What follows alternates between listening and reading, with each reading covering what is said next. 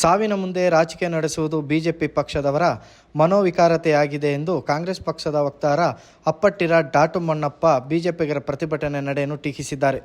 ಗೋಣಿಕೊಪ್ಪ ಕೃಷಿ ಉತ್ಪನ್ನ ಮಾರುಕಟ್ಟೆ ಸಮಿತಿ ಆವರಣದಲ್ಲಿ ನಡೆದ ಸುದ್ದಿಗೋಷ್ಠಿಯಲ್ಲಿ ಮಾತನಾಡಿದ ಅವರು, ಬಿಜೆಪಿಯವರು ಕೊಡಗಿನ ಜ್ವಲಂತ ಸಮಸ್ಯೆಗಳಿಗೆ ಪಕ್ಷಭೇದ ಮರೆತು ಸ್ಪಂದಿಸುವ ಮನೋಭಾವವನ್ನು ವೃದ್ಧಿಸಿಕೊಳ್ಳಲಿ.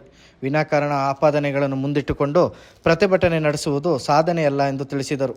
ಕಳೆದ 20 ವರ್ಷಗಳ ಬಿಜೆಪಿ ಆಡಳಿತದಲ್ಲಿ ಕೊಡಗಿನ ಸಮಸ್ಯೆಗಳಿಗೆ ಪರಿಹಾರ ಕಂಡುಕೊಳ್ಳಲು ಸಾಧ್ಯವಾಗಲಿಲ್ಲ. ಇಂದಿಗೂ ಮಾನವ ಮತ್ತು ವನ್ಯಜೀವಿ ಸಂಘರ್ಷ ನಿರಂತರವಾಗಿ ನಡೆಯುತ್ತಿದೆ. ಬಿಜೆಪಿ ಪಕ್ಷದ ಆಡಳಿತದಲ್ಲಿ ಬಗೆಹರಿಸಲಾಗದ ಸಮಸ್ಯೆಯನ್ನು ಕಳೆದ 3 ವರ್ಷಗಳಿಂದ ಕಾಂಗ್ರೆಸ್ ಪಕ್ಷದ ಶಾಸಕರುಗಳು ಬಗೆಹರಿಸಬೇಕು ಎಂಬ ನಿರೀಕ್ಷೆ ಹೊಂದುವುದು ಮೂರ್ಖತನವಾಗಿದೆ ಎಂದು ಹೇಳಿದರು.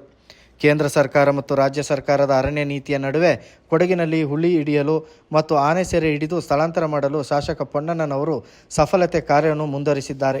20 ವರ್ಷಗಳಲ್ಲಿ ವನ್ಯಜೀವಿ ದಾಳಿಯಿಂದ ಮೃತಪಟ್ಟವರಿಗೆ ಕನಿಷ್ಠ ಸಾಂತ್ವನ ಹೇಳಲು ಸಹ ಮಾಜಿ ಶಾಸಕ ಕೆಜಿ ಬೋಪಯ್ಯ ಅವರು ಮುಂದಾಗಲಿಲ್ಲ ಎಂಬ ಆರೋಪಗಳಿವೆ. ಈ ವಿಚಾರವಾಗಿ ಸಾಕಷ್ಟು ಉದಾಹರಣೆಗಳು ಸಾಕ್ಷಿ ಸಮೇತ ಇವೆ ಎಂದು ಆರೋಪಿಸಿದ್ದಾರೆ. ಬಂದಿದ್ದಲ್ಲ, ಇದು ಅನೇಕ ವರ್ಷಗಳಿಂದ ಇದೆ. ಇದನ್ನ ಶಾಶ್ವತವಾಗಿ ಯಾವ ರೀತಿ ಪರಿಹಾರ ಮಾಡಬೇಕು, ಶಾಶ್ವತವಾಗಿ ನಮ್ಮ ಈ ಜನರ ಪ್ರಾಣವನ್ನ ಯಾವ ರೀತಿ ರಕ್ಷಣೆ ಮಾಡಬೇಕು ಎನ್ನುವುದರ ಬಗ್ಗೆ ಕಳೆದ 20 ವರ್ಷದಲ್ಲಿ ಯಾವುದೇ ರೀತಿಯಾದಂಥ ಕಾರ್ಯಕ್ರಮವನ್ನು ಹಮ್ಮಿಕೊಳ್ಳದೆ ಇವತ್ತು ಏಕಾಏಕಿ ಸಾವಿನ ಮುಂದೆ ಬಂದು ಪ್ರತಿಭಟನೆ ಮಾಡುವಂಥದ್ದಿರ್ಬೋದು, ಅದು ಒಂದು ರೀತಿಯಲ್ಲಿ ಅವರಿಗೆ ಶೋಭೆ ತರುವಂಥದ್ದು ವ್ಯವಸ್ಥೆ ಅಲ್ಲ ಅಂತ ಹೇಳಲಿಕ್ಕೆ ನಾನು ಈ ಸಂದರ್ಭದಲ್ಲಿ ಹೇಳಲಿಕ್ಕೆ ಬಯಸ್ತಿದ್ದೇನೆ. ಹಾಗೆಯೇ ಮಾನ್ಯ ಶಾಸಕರಾದ ಕೆಜಿ ಬೋಪಯ್ಯನವರಲ್ಲಿ ನಾನೊಂದು ವಿಷಯ ತಿಳ್ಕೊಳ್ಳಿಕ್ಕೆ ಬಯಸ್ತಾ ಇದ್ದೀನಿ. ಅವರು ಕಳೆದ 20 ವರ್ಷದಲ್ಲಿ ಎಷ್ಟು ಆನೆಯನ್ನ ಹಿಡಿದಿದ್ದಾರೆ, ಎಷ್ಟು ಹುಲಿಗಳನ್ನ ಹಿಡಿದಿದ್ದಾರೆ ಎನ್ನುವ ಮಾಹಿತಿಯನ್ನು ಸಹ ನಮಗೆ ಅವರು ನೀಡುವಂತಾಗಬೇಕು. ಯಾಕೆಂದ್ರೆ ಮಾನ್ಯ ಶಾಸಕರಾದ ಎಸ್ ಪುನಣ್ಣನವರು ಬಂದ ನಂತರ ಇವತ್ತು ಅರಣ್ಯ ಇಲಾಖೆಯ ಮುಖಾಂತರ ಈಗ ಮೊನ್ನೆ ಸಾವಿಗೀಡಾದಂಥ ಚೌರಿಯ ಗಣಪತಿ ಅವರ ಬಗ್ಗೆ ಇವತ್ತು ಸದನದಲ್ಲಿ ಸಹ ಪ್ರಸ್ತಾಪ ಮಾಡಿದ್ದಾರೆ. ಆ ಆನೆಯನ್ನ ಈ ಒಂದು 2 ದಿವಸದೊಳಗೆ ಹಿಡಿದು ಬೇರೆ ಕಡೆಗೆ ಸ್ಥಳಾಂತರ ಬಂಡೀಪುರದಲ್ಲಿ ಅದನ್ನ ಪಳಗಿಸುವಂತ ವ್ಯವಸ್ಥೆ ಮಾಡಬೇಕು ಅಂತ ಹೇಳಿ ಅರಣ್ಯ ಇಲಾಖೆಯವರಿಗೆ ಮಾತುಕತೆಯನ್ನು ಮಾಡಿ ಇವತ್ತು ಅಲ್ಲಿಗೆ ಸ್ಥಳಾಂತರ ಮಾಡುವಂತ ವ್ಯವಸ್ಥೆಯನ್ನು ಮಾಡಿದ್ದಾರೆ. ಇಂಥ ಅನೇಕ ವ್ಯವಸ್ಥೆಗಳಿದೆ. ಇವತ್ತು ಈ ಸಾವು ನೋವಿನ ಬಗ್ಗೆ ನಮ್ಮ ಸಂಸದರಿಗೆ ಸಂಬಂಧನೇ ಇಲ್ವಾ ಅಂತ ಹೇಳುವ ಪ್ರಶ್ನೆ ನಮ್ಮನ್ನು ಕಾಡ್ತಾ ಇದೆ. ಯಾಕಂತ ಹೇಳಿದ್ರೆ ಸಂಸದರು ಇದ್ರ ಬಗ್ಗೆ ಯಾವ ರೀತಿಯಾದಂತ, ಯಾಕಂದ್ರೆ ಹೊಣೆಗಾರಿಕೆ ಕೇಂದ್ರ ಮತ್ತು ರಾಜ್ಯ ಸರ್ಕಾರ ಎರಡೂ ಸಹ ಈ ಅರಣ್ಯ ನೀತಿಯಲ್ಲಿ ಇರುವಂತ ಸಂದರ್ಭದಲ್ಲಿ ಕೇಂದ್ರದಿಂದ ಅನೇಕ ಅನುಮತಿಗಳನ್ನ ಪಡೆದು ಇವತ್ತು ಈ ಅರಣ್ಯ ಇಲಾಖೆಯಲ್ಲಿ ಆಗ್ತಿರತಕ್ಕಂಥ ವ್ಯವಸ್ಥೆಗಳ ಬಗ್ಗೆ ಮಾಡುತ್ತಿರುವ ಸಂದರ್ಭದಲ್ಲಿ ಇವತ್ತು ನಮ್ಮ ಸಂಸದರ ಮೌನ ವಹಿಸುವಂತ ವ್ಯವಸ್ಥೆ ಏನು? ಇವತ್ತು ನಿನ್ನೆ ಬಿಜೆಪಿಯವರು ಪ್ರತಿಭಟನೆಯನ್ನ ಮಾಡಿದ್ದಾರೆ. ಪ್ರತಿಭಟನೆ ಮಾಡುವಂಥದ್ದು ನಮ್ಮ ಎಲ್ಲ ಸಾರ್ವಜನಿಕರ ಒಂದು ಕರ್ತವ್ಯ. ಅದು ಅವರಿಗೆ ಯಾರ್ಯಾರಿಗೆ ಅನ್ಯಾಯ ಆಗ್ತಾ ಇದೆ ಆ ಸಂದರ್ಭದಲ್ಲಿ ಪ್ರತಿಭಟನೆ ಮಾಡುವಂಥದ್ದು ಸರಿ. ಕೇವಲ ಎಸ್ ಪೊನ್ನಣ್ಣನವರನ್ನು ಮತ್ತು ಮಂತ್ರಗೌಡರವರನ್ನೇ ಗುರಿಯಾಗಿಸಿಕೊಂಡು ಪ್ರತಿಭಟನೆ ಮಾಡುವಂಥದ್ದು ಸೂಕ್ತವಲ್ಲ ಅಂತ ಹೇಳಲಿಕ್ಕೆ ನಾನು ಬಯಸ್ತೇನೆ. ಯಾಕಂದ್ರೆ ಜನರಿಗೆ ತಿಳಿದಿದೆ ಇವತ್ತು ಪೊನ್ನಣ್ಣನವರು ಯಾವ ರೀತಿ ಇವತ್ತು ಕೆಲಸ ಕಾರ್ಯ. ಶಾಸಕ ಪೊನ್ನಣ್ಣನವರು ವನ್ಯಜೀವಿ ಮತ್ತು ಮಾನವ ಸಂಘರ್ಷದ ವಿಚಾರವನ್ನು ಗಂಭೀರವಾಗಿ ತೆಗೆದುಕೊಂಡು ಶಾಶ್ವತ ಪರಿಹಾರ ಕ್ರಮಕ್ಕೆ ಆಲೋಚನಾಪರರಾಗಿ ಹಲವು ಯೋಜನೆ ತಂದಿದ್ದಾರೆ. ರೈಲ್ವೆ ಬ್ಯಾರಿಕೇಡ್ ಅಳವಡಿಕೆಗೆ 20 ಕೋಟಿ ಅನುದಾನವನ್ನು ತಂದು ಕಾಮಗಾರಿ ಪ್ರಾರಂಭಕ್ಕೆ ಚಾಲನೆ ನೀಡಿದ್ದಾರೆ. ತಕ್ಷಣವೇ ಹುಲಿಗಳನ್ನು ಹಿಡಿಯಲು ಮತ್ತು ಆನೆಗಳನ್ನು ಸೆರೆ ಹಿಡಿಯಲು ಕ್ರಮ ಕೈಗೊಂಡಿದ್ದಾರೆ.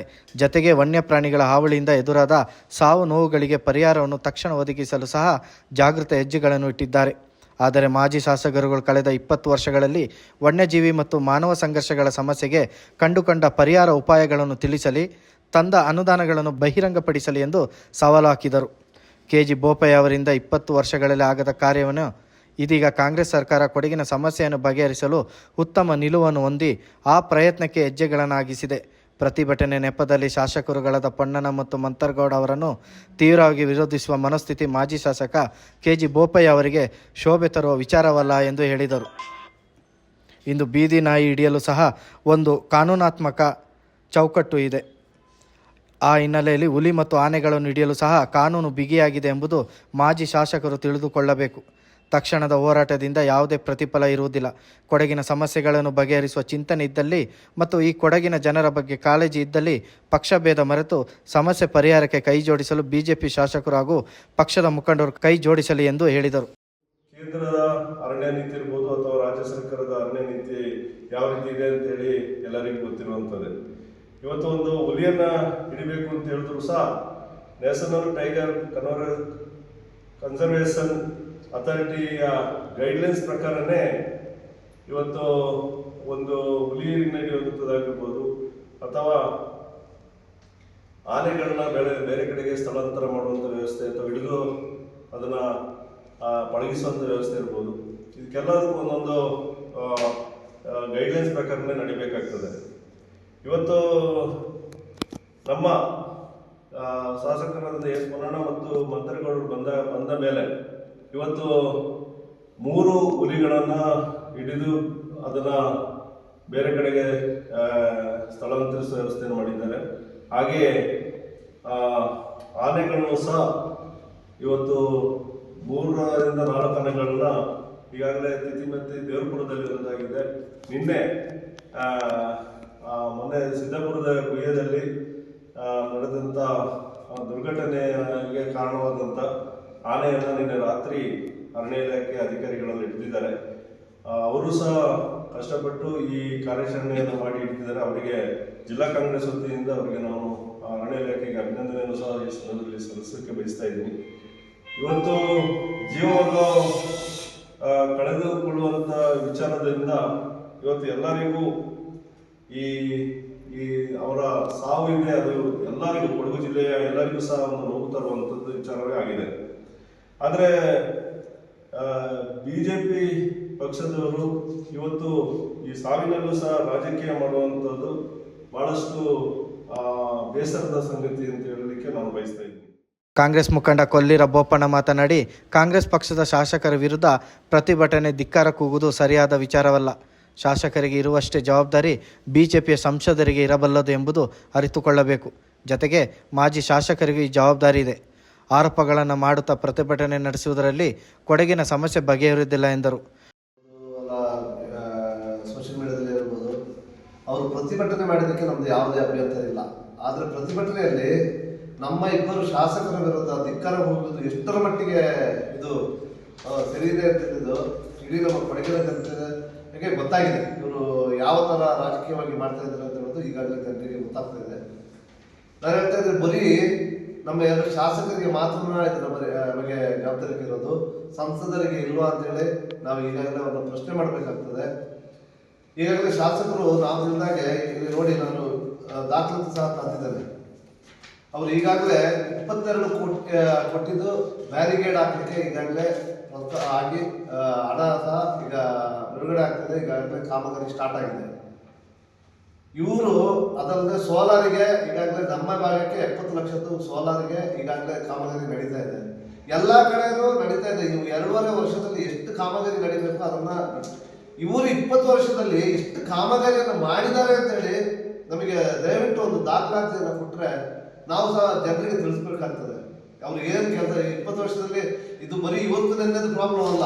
ಈ ಹಿಂದೆ ಇಲ್ಲಿ ನೋಡಿ 19ರಿಂದ 23 ಗಂಟ 26 ಜನರ ಸಾವಾಗಿದೆ. ಇಲ್ಲಿ ನೋಡಿ ನನ್ನ ಹತ್ರ ದಾಖಲಾತಿದೆ.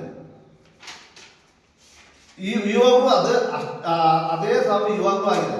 ಇವರು ಈ 20 ವರ್ಷ ಇವರು ಏನು ಮಾಡಿದರೆ ಇದನ್ನು ತಡೆಗಟ್ಟಬಹುದಿತ್ತು. ಅವರಿಗೆ 20 ವರ್ಷ ಇವರು ತಡೆಗಟ್ಟದೆ ಈಗ ಕೇವಲ ಒಂದು 2.5 ವರ್ಷದಲ್ಲಿ ನಮ್ಮ ಶಾಸಕರ ಮೇಲೆ ಗೂಬೆ ಕೂರಿಸುವುದು ಇದು ಎಷ್ಟರ ಮಟ್ಟಿಗೆ ಸರಿ? ಇದು 2 ಶಾಸಕರಿಗೆ ಮಾಜಿ ಶಾಸಕರಿಗೆ ಇದು ಶೋಭೆ ತರುವಂಥ ವಿಚಾರ ಅಲ್ಲ.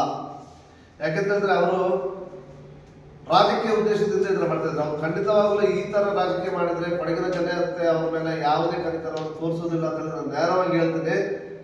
ಅವರು ಸುಮ್ಮನೆ ಇವರ ನಮ್ಮ ಶಾಸಕರ ಅವರ ಶವ ಇದನ್ನ ಭೂತ ಮಾಡಿ ಅದನ್ನು ಸುಡೋದು, ಇವರ ಬಗ್ಗೆ ಧಿಕ್ಕಾರ ಕೂಗಿಸೋದು, ಹಸನ ಹಿಡ್ಕೊಂಡು ಹೋಗ್ಬಿಟ್ಟು ಪ್ರೊಟೆಸ್ಟ್ ಮಾಡೋದು, ಇದರಿಂದ ನಮ್ಮ ಕೊಡಗಿನ ಜನತೆ ಅದೆಲ್ಲ ಮುಂದೆ ಆಗ್ಬಿಡ್ತು.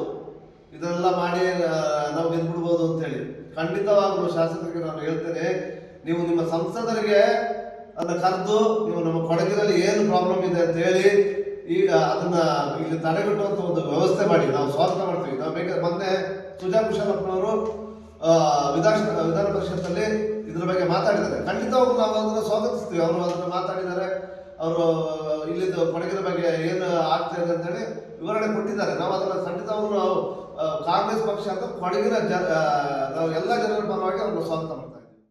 ಗೋಣಿಕೊಪ್ಪ ಗ್ರಾಮ ಪಂಚಾಯತ್ ಅಧ್ಯಕ್ಷ ಕುಲ್ಲಚಂಡ ಪ್ರಮೋದ್ ಗಣಪತಿ, ಪೊನ್ನಂಪೇಟೆ ಪಟ್ಟಣ ಪಂಚಾಯತಿ ಅಧ್ಯಕ್ಷರ ಅಣ್ಣೀರ ಹರೀಶ್, ಪೊನ್ನಂಪೇಟೆ ಬ್ಲಾಕ್ ಕಾಂಗ್ರೆಸ್ ಕಾರ್ಯದರ್ಶಿ ಎಜೆ ಬಾಬು ಉಪಸ್ಥಿತರಿದ್ದರು.